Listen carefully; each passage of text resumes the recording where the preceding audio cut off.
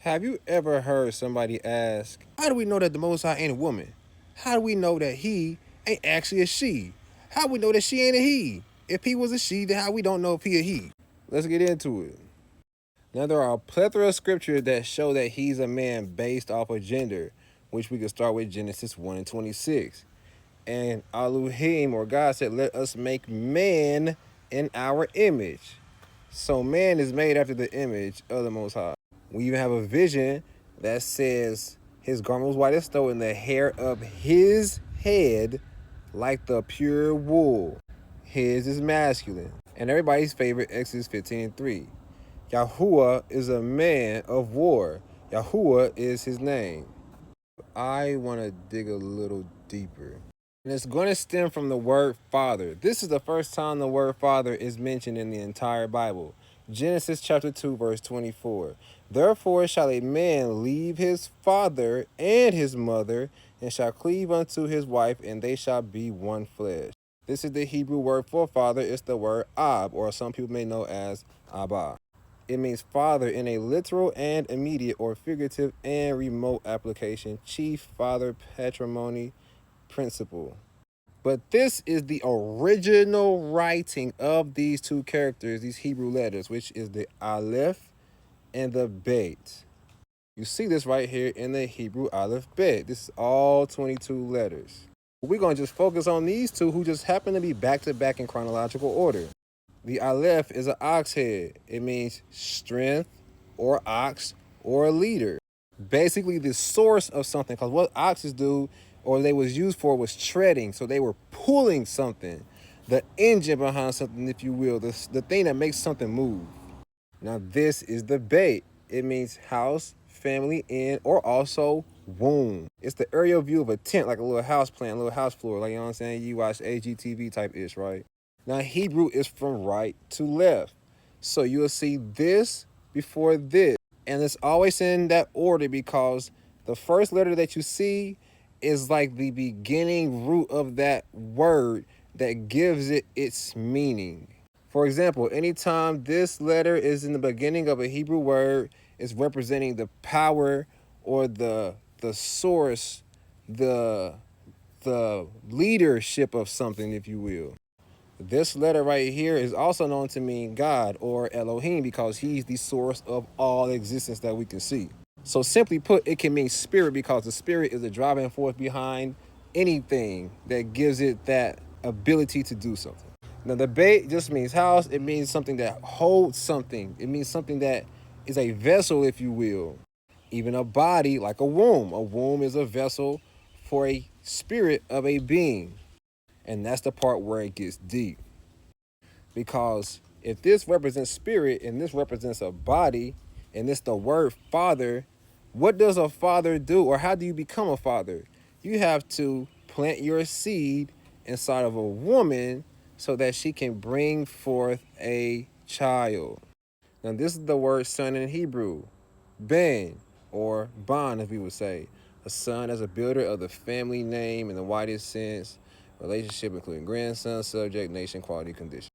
Now these are the Hebrew pictograph letters. The Bet, which is the house that we just mentioned, but then this one, the Nun. The Nun represents seed, fish, life, continue. Literally, if you will, this represents a tail. This represents like a cord. This represents like a tadpole, or more blatantly, a seed of a man. And what this letter means is that it's basically the life carrier. It's something that you would put the life in, that once this thing touches whatever is in the life, it now brings that thing to life. It would be this letter right here, which means to be in existence, means you can see this thing, behold, reveal, window, breath. Because the breath is an animated thing that you can see something is now alive. So picture just like an HDMI cord. The cord is not the life bringer. The cord is the life carrier. The source is the electricity, right? The electricity goes into the HDMI cord, and when you plug that HDMI cord into a TV, now that joint turns on, type-ish. Now let's go back. The spirit enters into a womb, and from that womb comes another source of life carrying, which is a son. So what does this have to do with anything? Well, the Most High Yahuwah is spirit.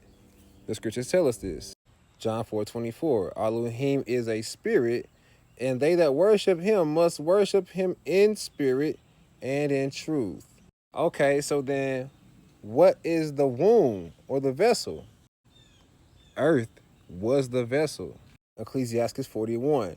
Great travail is created for every man, and a heavy yoke is upon the sons of Adam, from the day that they go out of their mother's womb till the day that they return to the mother of all things. Ecclesiastes 12:7 says, Then shall the dust return to the earth as it was, and the spirit shall return unto Elohim who gave it. The dust is the earth. Genesis 2:7.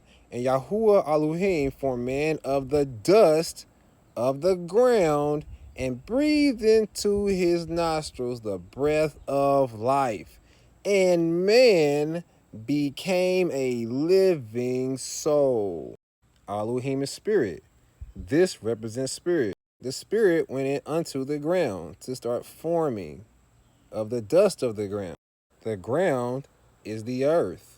And when you look at the word for ground in Hebrew, it's the word Adamah. That word literally means soil, and it says from its general redness. To know Hebrew, to know that this is the feminine version of this word, Adam, who is the first man, which comes from this word, ruddy. That is human beings, mankind. The first man, the original man, was a ruddy man, a brown man made from the dust of the ground. And he would be the life carrier that came out of the womb. So from the spirit into the earth came forth a living soul. But these three letters actually mean one different word, which is stone, because it means to build.